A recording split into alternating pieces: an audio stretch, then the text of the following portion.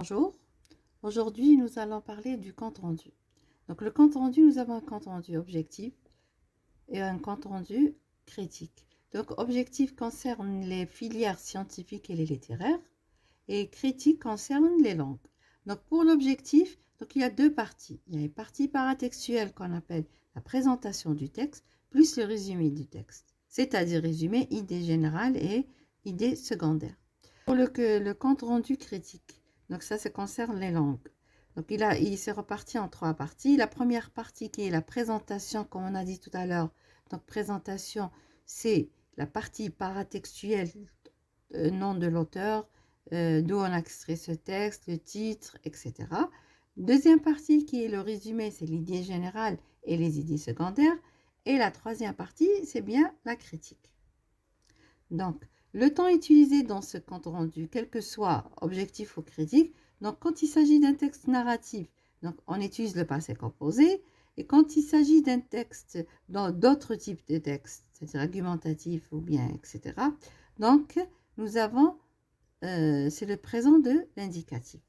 Ici, nous avons le modèle à retenir en tête du compte rendu du texte historique. Donc, vous avez la partie paratextuelle. Donc, nous avons le nom de l'auteur et l'auteur du texte intitulé, donc le titre du texte. Il est extrait de, c'est la source d'où on a extrait ce texte.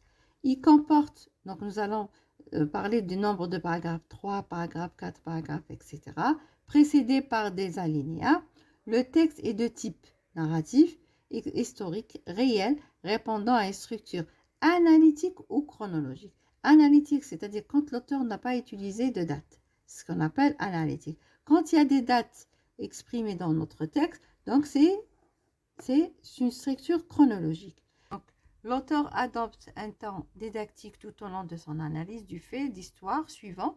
Nous allons donner l'idée générale du texte.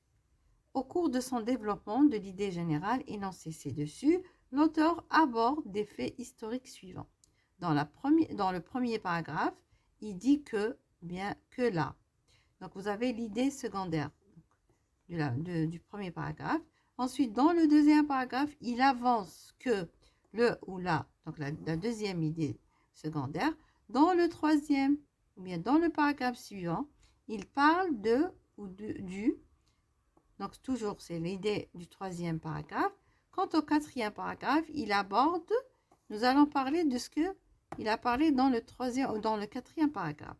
En dernier lieu, l'auteur table sur le fait que, etc. En dernier, la partie critique. Donc la partie critique, c'est personnel. Donc on évalue le fond du texte afin de donner des jugements et des appréciations personnelles. Donc c'est à nous de donner notre point de vue sur ce texte-là.